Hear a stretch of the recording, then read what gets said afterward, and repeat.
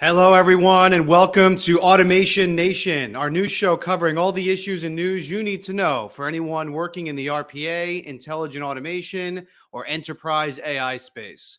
Today, as promised, we have part 2 of our sales strategy edition, covering the top 5 reasons why automation salespeople lose deals. It's a series especially focused on helping sales leaders who are selling into automation, AI, and digital transformation. I'm Dan Goodstein. I head up IRPA AI. We are the Institute for Robotic Process Automation and Artificial Intelligence, a neutral professional association focused on education, networking, and advice to over 130,000 executives worldwide. My guest today, once again, is IRPA AI founder and conflicted futurist, Frank Casale. Welcome back, Frank. Hey, Dan, you sound good. You look good. I'm happy to be here. I'm in a restaurant. I hope you don't mind, but I'm ready to roll. I'm fine. I just want to know what you're gonna want to order me because I'm getting kind of hungry. It's that time Okay, of day. come on down. Come on down. So before we jump in, Frank, I'm curious. Why are you referring to yourself these days as a conflicted futurist? You had to go there. Well, okay. Let's get this out of the way, Dan. Now I know why you didn't send me the questions ahead of time. Never. So, I don't like when you because prepare. I want off the cuff, yeah, Frank. yeah. All righty, all righty. So just quickly, well, the past 2 or 3 years or so, while I've still anchored in, um, you know, automation, intelligent automation, AI, as you know, I began to expand into the world of Web3, and then I just got sucked into this vortex of all sorts of cool future tech, very exciting, and then lo and behold, I started to get pulled into these kind of futurist circles. So I guess I must be sort of that. Now, why do I say conflicted? Well, the main reason, the simple reason for the purposes of this discussion, Dan, is that if you think about a futurist, if you look up the definition, it's no surprise, someone that's pretty much focused and enmeshed in the future. However, if you think about mindfulness, for those who are in attendance who kind of be getting that, it's about really enjoying and focusing on the present. So that's the conflicted part. So I'm very much intrigued and I follow the future. I think the future is closer than it's ever been in our life. The future, one would argue, when we were in college, might have been 30, 40 years away. Suddenly it's 10 years away. The future now, if you look at these things we see in social media and our feeds, the future seems like it's 3, 4, 5 years away. So the future is bigger and closer than it's ever been before. However, enjoy today. I'm here today, Dan. I can't tell you where I am or what I'm drinking, but I'm enjoying today. So that's the short answer. There's a longer answer, but we'll do that at another time. Sounds good. Sounds good. So Frank, last time we spoke, you really outlined at a high level the top 5 reasons automation salespeople lose deals. Today, we wanted to kind of deep dive on number 1, which was why not to anchor your efforts on IT. So much of our network, as you know, Frank, is either in the IT, in an IT role, or comes from IT. So curious as to why you think this is the case. Well, I just see it's a common mistake. And by the way, I've been there. When I first got into the automation space, here you are, you have some sort of automation software or automation service, and then you see somebody that has an automation title, and you say, hey, that must be the person. And more often than not always, but more often than not, that person's somewhere in IT or rolls up to the CTO or CIO. And the natural tendency is kind of intuitive to say, hey, let's connect with this person. They're into automation, I'm into automation, and let's get started. What the data shows is more often than not, those deals end up as kind of science experiments, and they don't really get to where they don't get anywhere near a consummated deal. Now, let me say this quickly before haters start hating on me. I have, many, many, many friends for many years, 10, 20 plus years, that are in the tech space, and they're some of the smartest people I know. So this isn't a shot against them. It's just a matter of, if you're a deal person, step back, big picture, at the end of the day, you have a solution. It's likely for someone that owns a process or owns a P&L or is running one of the business units. So, and that's the problem you're solving.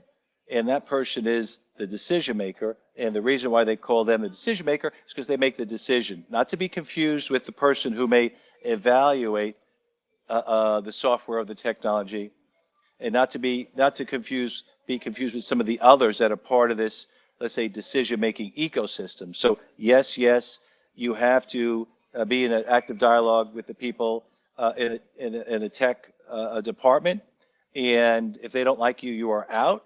So they could kill the deal. They have strong veto power, but it's very, very rare that they have a signing power. So you want to be connected with all the members of that ecosystem, certainly the person that, again, owns the business or owns that process, because they're the ones benefiting and they're the ones likely cutting the check.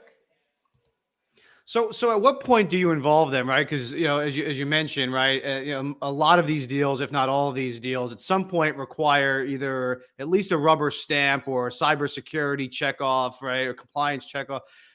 So where's that line between getting the other stakeholders involved and excited, and then bringing IT in at the right time, where they support it and don't feel blindsided by it, in opposed to just being the no people at the table. No, absolutely. Well, listen, like all things in sales and deal making, there's an art and a science to this. So, we've all seen, flow charts, and, I would say it depends on who's initiating the dialogue. So if you're initiating the dialogue, you have more control over where you enter the building. If someone contacts you, then you're in react mode, that's fine. So you may be contacted by, and you know this, Dan, you help me really, as you're managing the global network and people contact you as they do me, you want to obviously be courteous and helpful to that person. What I have found is if you're contacted by somebody in a department that's other than where the decision maker sits, you want to be helpful, you want to build rapport, build trust with that person, you want to answer their questions, but you have to know that at that point you have an opportunity, not with that person, you have a potential opportunity with that company. And that's when you have to do your homework and your research. Now, by the way, there are people I know registered here that have as much experience as I do, and they're nodding their head, and maybe there's some people that are relatively new to this, but that's when you got to get a sense of, okay, who's who over here, right? And what am I selling, right? What's the opportunity? What are we automating? Are we automating HR, benefits administration? Is it something in internal tax and audit? Is it something at the call center? So, once you get a sense of where that is, then you want to find out who owns that, who's feeling the pain, and who's likely to be most enthralled by this. And that's where you want to get to as quick as you can. Now, it's easy to speak with the person that contacted you or the friendly person at the booth that's talking to you, because that person's already smiling and interested. It's very easy to do that, and it's a little tougher to say, let me go find a stranger now. But that's really, it's put in the pain now. As you know, what I say, Dan, just kind of coming from the fight gym that I train at, the more you sweat, the less you bleed. You're better off sweating on the front end. Otherwise, you're going to get your ass kicked on the back end. Pardon me. You have a beeping thing there? Sorry. So put in the time now and contact who's who. If you're in sales, you're probably used to that. But find out the right people, connect now. What you don't want to do, and here's another common mistake, is you're working, you're 3 or 4 months into an active discussion and a whole bromance with some guy in the automation evaluation center there, or a center of excellence or whatever, and you suddenly realize that in this particular case, he does not have decision-making power and does not have a budget, and suddenly dawns on you that you may have made a mistake, and then you go scrambling to make new friends. That's actually the higher risk. That's where you could actually upset the person that you've been pretty much commercially monogamous with for the last 3 months, and now you're going to go shopping around for new friends. So do it all up front. It's easier, and make the connections, and you'll be off to a good start. You have a much higher probability for getting somewhere. Yeah, and the other thing I would say is, the pitch may need tweaked based on different stakeholders, right? I mean, it's one thing to say, hey, we're going to just include IT at some point and, hope they get on board because the business needs it and because we're further down the road than they are. But, the other is kind of, just to go back to kind of marketing stuff, right?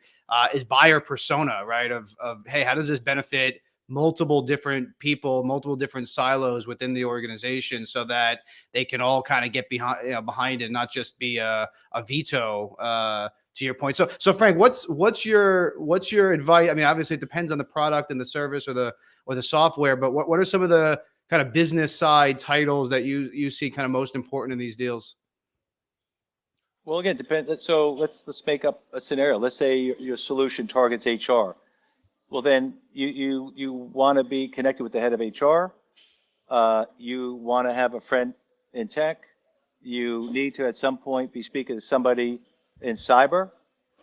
And as you get to maybe third base, you're going to need to connect with somebody on the sourcing side or in contracts.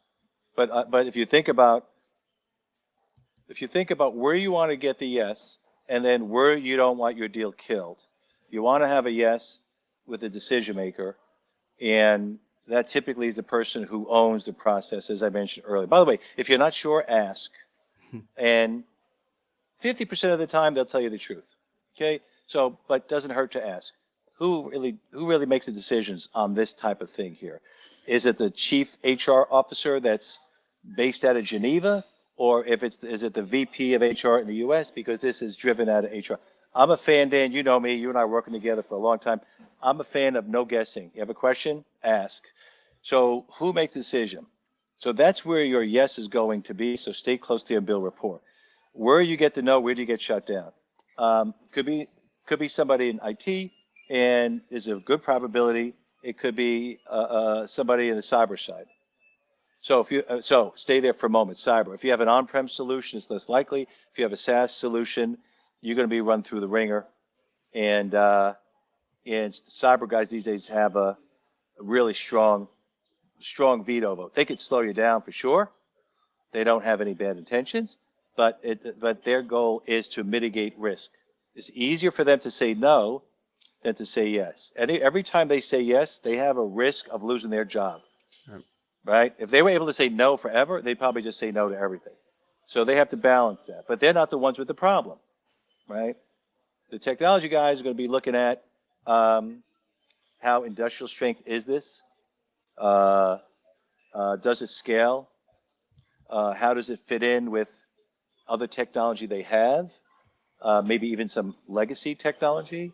So everyone's going to play their role, right? It's kind of like if you were talking to, if you were in the vacation business and you were talking to a family about a vacation, right? Now I'm stereotyping here, but you're going to say, well, you got a mom, a dad, and 3 kids.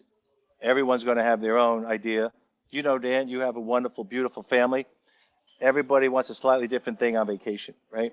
Too far, too long, too hot, too cold, too young, too old, too quiet, too loud. I've been there. I have 4 kids. So it's the same thing with, selling to enterprise. It's like, you get the kind of the heat map of who's who and what's what, and then you deal accordingly with each individual person. Yeah. So we're live. Anybody watching, we want this to be interactive. Please chime in, ask us your questions, give us your comments. We want this to be as much a working session as a content piece, if you will. I see some friends and friendly faces. Tom says hi. Tom Blaine is on. Steven, Hey, thank Tom, you. cool. Thanks for joining. Awesome, Our buddy Ben's here. Ben's a troublemaker, by the way. Yes, I've spoken to him recently. So, one of the questions here is, Frank, is about, it's I guess it's more of a point. Maybe we could talk through it. Is this idea of everything kind of being a science experiment, and there being this infinite loop of proof of concepts and proof of value. I happen to know that you have a strong opinion about this, Frank. Oh my gosh. So what's your question?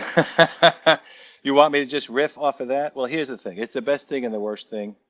I mean, on one hand, listen, if I'm on the other side, I'm not going to buy this thing off the brochure. I get it. But on the other hand, think of it this way. And this is the biggest challenge for legacy organizations. They're taking a year and a half to make decisions on individual pieces of software. Occasionally, if there's no vacations and not too much dissonance internally 8 months. And that's one piece at a time.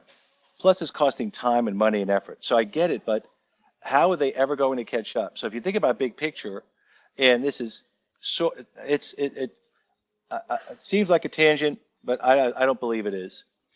I wonder at times how the Global 2000 legacy organizations have any shot of keeping up with digitally native organizations, the younger Yeah. digitally native, cloud native organizations.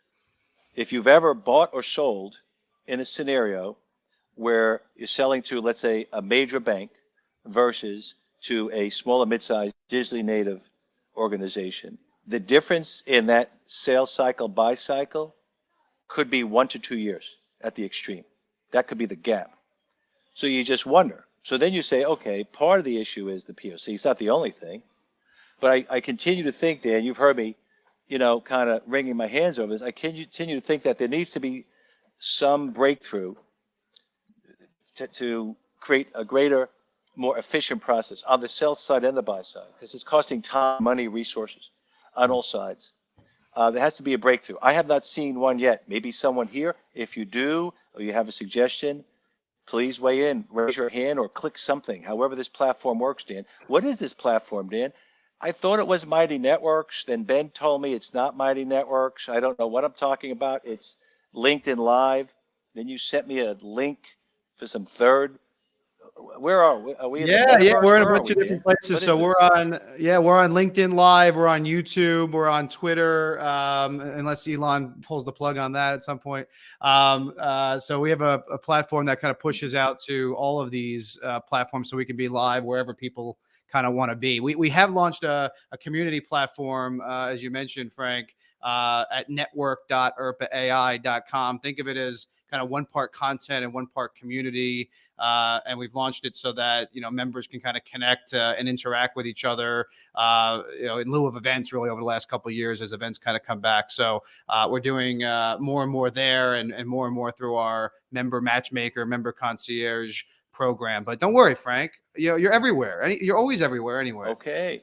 All right. I was getting a little anxious there, but Dan, you were on the cutting edge, man. I should be interviewing you on some of this stuff. We'll do that next time, and then you Next could be time. at a restaurant. But yeah, see if you So could conjure up a question from our friends in the room. So Nilajan is going back to your point, Frank, from before of kind of multiple stakeholders. So he's saying you got to kind of get the hunting license, is the way he puts it, from the line of business and the C-suite before getting in front of other people. You agree? Well, yeah, and can you hear me okay, Dan? I'm sorry, I Yeah. had a little hiccup there in the Wi-Fi. You hear me okay? Yes. I don't know how I feel about that. I mean, listen, organizations, I mean, it's easy to look at them as this one monolithic thing, but as everybody in attendance knows, every organization has their own unique culture. So it helps to know. If you don't know, maybe talk to people who have dealt with that company before. But some organizations have like their own digital mafia, and you got to get through there. And if you don't check, you get assassinated. Others are more open and friendly, open door policy. So I've worked with organizations where you do need that hunting license. But in my personal experience now, this is less fact or fiction. My experience, and as you know, Dan, I'm doing this for a long time. And that hasn't been as much of an issue. The ideal scenario is you connect with the right person early, or you connect with the person that is an influencer for that right person early, and you ask good questions to make sure you understand what this is all about, and then from there you rock and roll. If you sense that you need to be blessed by somebody, then go do it. Absolutely, because if you think you're going to be cute and get around somebody, those people get mad. They get mad, and then you're out. So Yeah. I haven't seen too much of that, and I guess again it depends on kind of the use case you're talking about. But I've seen less of that. I've seen more hand wringing and challenges with regard to, and it continues to be with regard to the POC. How long should it be? Who should be involved? Do you charge or do you not charge? Right?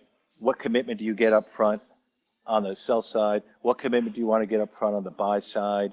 It is like this big funky thing in the middle of you're looking at, it's like GPS, and you're looking at the middle of the highway from where you need to get to, and there's this big tie up in the middle, and you're wondering how long that's going to slow you down. That's your POC. So Frank, Ken wants to know any advice or strategies for kind of getting past sourcing and procurement, the gatekeepers. Again, I have plenty of friends in that space as well. Coming from the Outsourcing Institute, I would say the first couple of thousand members back in the old days, for whatever reason, were sourcing managers. How do you get past them? Listen, there's the how people and the what and why people. I think if you anchor on the what and why person, which is what is this, and here's the problem, and help me understand why we want to buy this, then that's the gravitational pull. That's the only gravitational pull. Everyone else is a how, right? So contracts is a how, sourcing is a how, tech is a how, cybersecurity is a how. So all those people are supporting. So you just need to know who all the actors are in this movie. If you go in through sourcing, I've done it on occasion. If you get someone in sourcing that's very proactive and enlightened and friendly, and they like you, then they may say, "Hey, we're looking for something like this, and let's meet and give me a sense of what you do. Give me some crib notes, and I'll go talk to the people." That's not bad. It's not ideal, but that's okay. But at the end of the day, sourcing is looking for. They want a seat at the table. They want to be part of the evaluation process, and they are focused primarily on price. I hesitate just because I could envision if any of my sourcing friends are on here, they're going to get mad at me. But they basically want the best price, whereas the person in charge of, hey, I have a problem, I want to solve this problem. Person in charge of HR in our imaginary scenario, they want the best solution, which is based on the business case. So meaning, here's what I spend, here's what I get over time, how long does it take, is it in your shape, and what are the other one-off benefits? So the real value is holistic value, right? You got to look at what does this really mean? And the people that are, the sales teams that are really good, and there are many out there, and there are many on this call here, friends of mine, they not only have a good tech guy on the team, they have a good finance, when I say guy, I mean man or woman, I'm just using general purpose. They could build an ROI. In many cases, they have an ROI calculator. They could build a business case, right? And that business case is different depending on what the person's looking for. What are they buying? Lowest cost? Are they buying speed? It's basically better, faster, cheaper. They usually could get 2 out of the 3. You just need to find out which one it is. And then if it's better, what does better mean? Is better mean increased competitive edge? They want to scale the company without scaling the labor force. They have issues with turnover.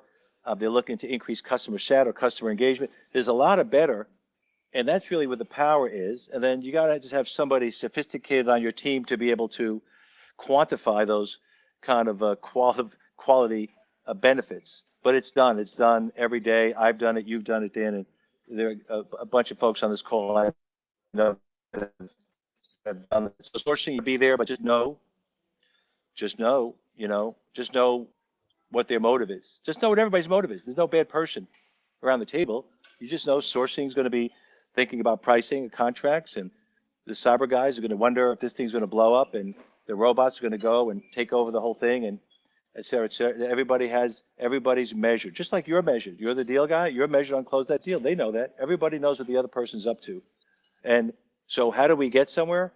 Aside from everybody rolling their eyes and going home, the gravitational pull is somebody with a problem that needs to get something done.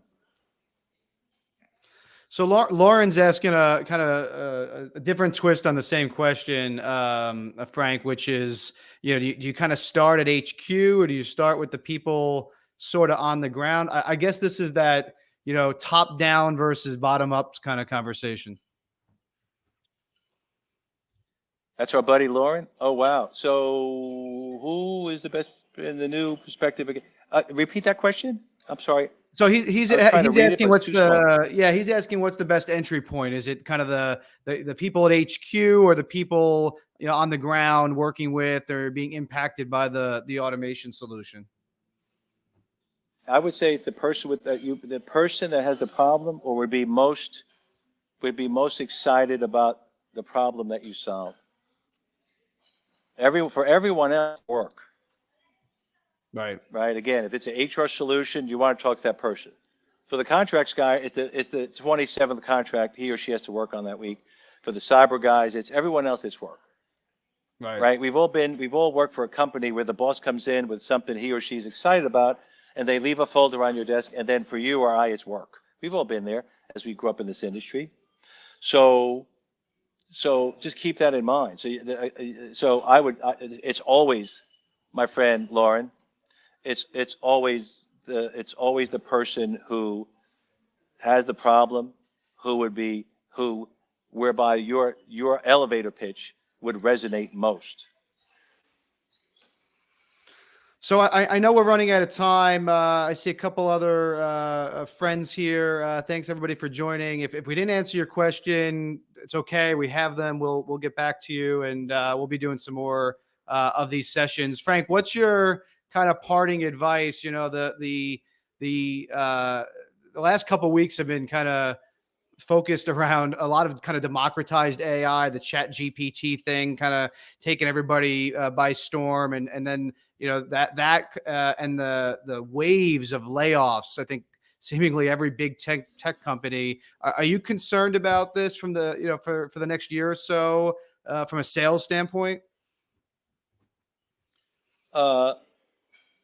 Well, let's see. Listen, as a guy who has a piece of a couple of different businesses, I do wonder. However, from a deal perspective, if you've ever seen those Nat Geo shows with the cheetah in the high grass, looking at that herd of whatever gazelles, focus on your target, and everything else is noise and distraction. If you're selling automation, don't worry about anything else. Don't worry about the shiny new stuff. Don't worry about that's something maybe as a citizen of the world, or as a parent, or as an investor, you want to know about that. These are interesting times for sure. But from the standpoint of the deal, there's still people out there with challenges, and I would say the uncertainty creates more opportunities. If you're in the automation space, it's recession proof. The market goes up, there's deals you could do. The market goes down, there's deals you could do. So if you're selling automation, it's good. Just get to my point. My only point from the beginning is get to the right person, get to the person that's feeling the pain, get to the person that has what I call the problem to your solution. Get to that person and get early. Have your elevator pitch, because they don't want to hear the long version. They want to hear the short version. They're going to have the same attention span you and I have, Dan, which is, let's hear it, right? In 4 minutes or less. If I like that, I'm going to double click, let's meet, or let's do a Zoom call. So that's basically it. I wish everyone luck here, and we all continue to learn, and hopefully there are 1 to 2 nuggets here that the folks in attendance, were able to benefit from. Yeah, absolutely. Well, yeah, and speaking of attention span, I think that's our time. But Frank, always fun doing this. Everybody, look out for part 3 in the next couple weeks. We'll be doing another session like this. So bring your questions, tell your colleagues. In the meantime, check out IRPAAI.com for more industry news, advice, or to reach out to us if you need any help with sales and marketing programs. In the meantime, good to have everybody, and have a great week, guys. Take care. Take care, Take everybody. care, friends. Bye-bye. Thanks, Dan. Great job as always.